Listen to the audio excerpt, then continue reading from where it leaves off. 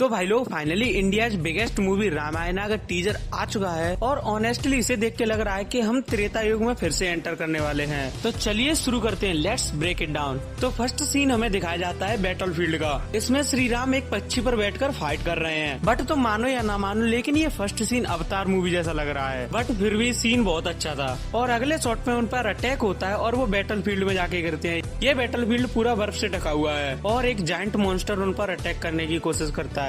तुम कुछ भी कहो, बट ये सीन बिल्कुल एक गेम जैसा लग रहा है। अगर पहली बार में किसी को तुम ये सीन दिखाओगे तो वो ये नहीं बोलेगा कि ये किस मूवी का सीन है, बल्कि ये बोलेगा भाई ये कौन सी गेम है। तो इसमें अभी ना बहुत ज्यादा सुधार करने की जरूरत है, बिकॉज कुछ सीन्स इसमें एआई जैसे फील हो रहे हैं। देन आता है next shot and honestly it's perfect. Shri Ram हाथ में धनुष लेकर खड़े हैं और पीछे सूर्य चमक रहा है, जो दिखाता है कि उनका तेज बिल्कुल सूर्य के समान है। और इस सीन को देखकर सच में गूज़बम्स आ जाते हैं। देन हमें दिखाई जाती है श्री राम की एंट्री और अयोध्या वासी उनका फूलों से स्वागत कर रहे हैं। और फिर अगले शॉट में वो एक और मॉन्स्टर से लड़ते हुए दिखाई देते हैं। एंड उस टाइम पे वो जो एक्शन दिखाते हैं ना, इट्स अ क्लासिक। फिर अगले सीन में वो धनुष पकड़े हुए दिखाई देते हैं। एंड आई थिंक ये सीन जरूर माता सीता के स्वयंवर का सीन होगा। और फिर अगले शॉट में श्री राम, माता सीता और लक्ष्मण जी वनवास जाने के लिए तैयार हैं और वो अपने पिताजी और माता जी से आज्ञा लेने के लिए आते हैं। और जब वो वनवास जा रहे होते हैं तो पूरे अयोध्या वासी उन्हें आखिरी बार देखने के लिए आए हैं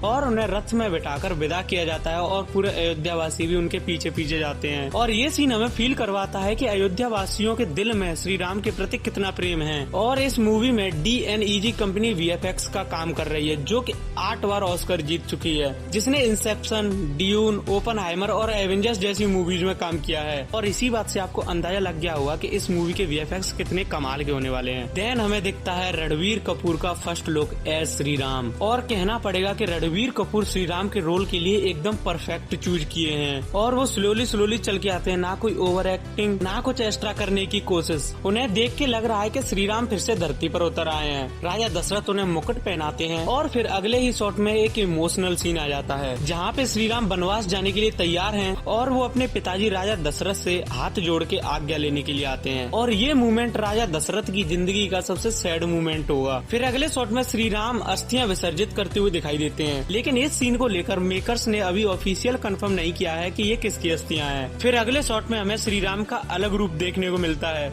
वो युद्ध के लिए एकदम तैयार हैं और वो आप उनके आउटफिट को देखकर अंदाजा लगा सकते हैं। और फिर उसके बाद एक जायंट मॉन्स्टर उनका पीछा कर रहा है और श्री राम भाग रहे हैं और बैक फ्लिप मार के उसे मारने की कोशिश करते हैं। और उसके बाद दिखाई देते हैं हमें श्री राम जी के एक्शन शॉट्स। फरसा उनके पास उड़ते हुए आता है और वो एक डिफरेंट स्टाइल में उसे कैच करते हैं और उनके पीछे उनकी सेना खड़ी हुई है। और फिर अगले सीन में हमें दिखता है गोल्डन डियर, जो कि माता सीता के कहने पर श्री राम जी उसका शिकार करके उसे लाने के लिए गए हैं। और फिर वो हमें तलवार की प्रैक्टिस करते हुए दिखाए गए हैं। और जब वो तलवार ऊपर करते हैं तो स्क्रीन ऊपर की तरफ जूम आउट हो जाती है, यानी कि श्री राम जी पूरी शस्त्र विद्या में एकदम निपुण थे। और फिर बैकग्राउंड में हमें सुनाई देता है राम, और श्री राम उस आवाज की तरफ ध्यान देते हैं। और इस टाइम पे श्री राम, लक्ष्मण जी और माता सीता नाव में बैठकर नदी पार कर रहे हैं। और जो बैकग्राउंड में राम नाम जप रहा है वो ऑब्वियसली हनुमान जी ही होंगे, बिकॉज हनुमान जी ही श्री राम के सबसे बड़े भक्त हैं। और उसके बाद हमें दिखता है एक क्रेजी सीन, जिसमें रावण की बैक दिखाई जाती है और वो अपने पुष्पक विमान में बैठने के लिए जा रहा है। एंड उसका ब्लैक आउटफिट सो एलिगेंट। फिर हमें दिखता है पुष्पक विमान, जिसको देखकर सभी लोगों को बहुत सुकून मिला।